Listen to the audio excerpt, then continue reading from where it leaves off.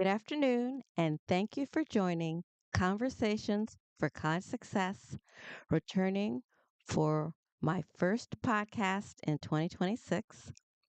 I would like to thank my listeners and subscribers in the United States, in the United Kingdom, in South Africa, in the Philippines, and in Malaysia. Again, thank you so much. And for listeners who may not currently be subscribers, I ask you to become a subscriber. The topic today is understanding and working with human resources. Before I discuss the topic, I'd like to start this podcast with a few important reminders so you can start off spring semester 2026 correctly. First, read and understand the syllabus for each class you are taking or for every class you're taking this semester. Make sure you can accomplish the requirements in all of your classes or in each of your classes. If you cannot fulfill requirements in one or more of your classes, you will need to decide which courses you will then be keeping, which courses you will be dropping, and what courses you will be adding before the add drop period has ended. Note that the add drop period can oftentimes be as short as 1 week. So that would mean that this is important to do before the end of this week. Check your academic calendar for the timing. A, you don't want to stay in classes that you cannot complete the requirements. And B, you want the opportunity to add classes so you can maintain a minimum of 12 credit hours. Most colleges have 15 credit hours that they want you to complete each semester. Know that this is so important that you do every semester while you're in college. Why is that, you might ask? Because you want to continue to progress each year so you can graduate within 4, 5, or 6 years. The timing of your graduation depends on many factors, including the number of credit hours you can manage per semester, whether you are working on or off campus, and your finances, among other possible considerations. Plus, you do not want to take classes multiple times and you do not want to fail your classes. Both of these are what puts people in years 5 and 6 for graduating. Get your books for your classes so that you can start your reading as soon as possible. Write down all of your assignments, their due dates, their exam dates on your calendar. Then you need to check your calendar both daily and weekly to stay on track. Also, plan your study time for each of your classes and include your work time if you are working. Look for the upcoming career fair date at your specific college or university because you will need time to prepare and you will want to attend without missing classes or exams. If you have a conflict, request permission to miss class, but they won't let you out of exams to attend the career fair. You should be attending the career fair in 2026, especially if you would be graduating in May or August of 2026. Looking for full-time employment upon graduation. You should also attend the career fair even if you are not graduating this spring semester.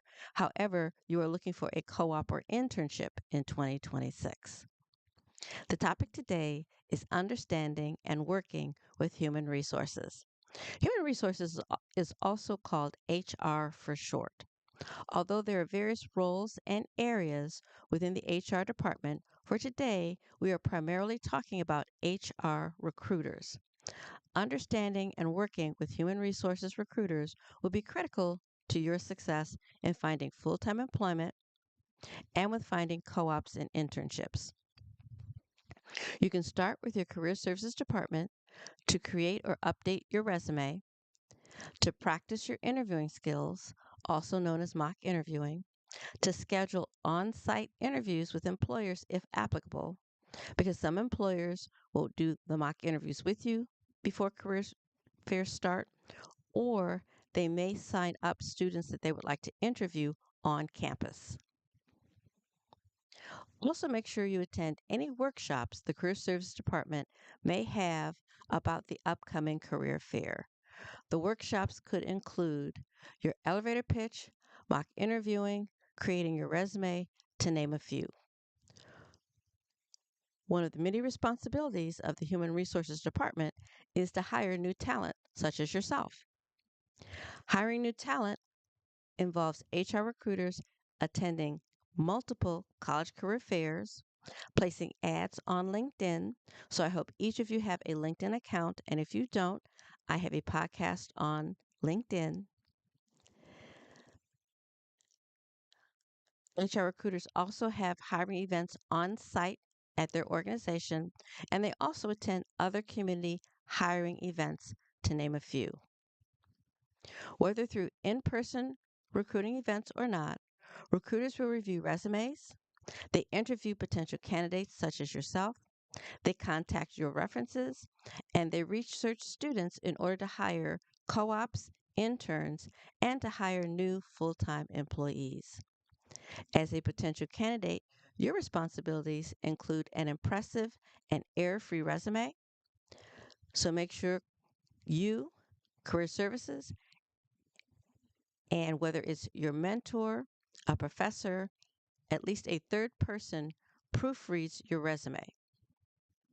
You also need to be friendly and personable, and you should have a few questions you could ask after having studied the position you are interested in, potentially applying for, and you should also review the organization's website.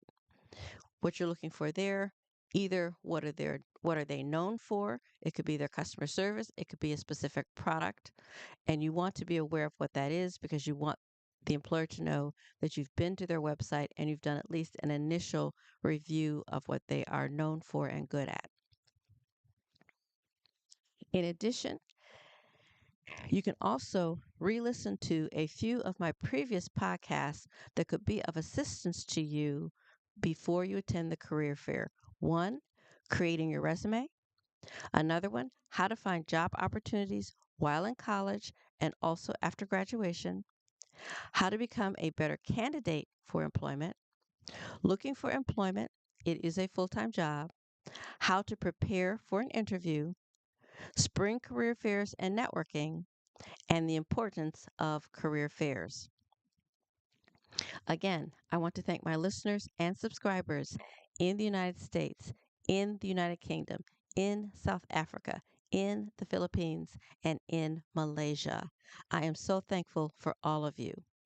Also, Happy New Year to everyone.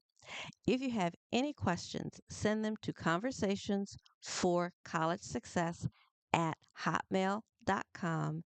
Again, send your questions to conversations for college success at hotmail.com. Looking forward to talking with everyone next week. Bye bye.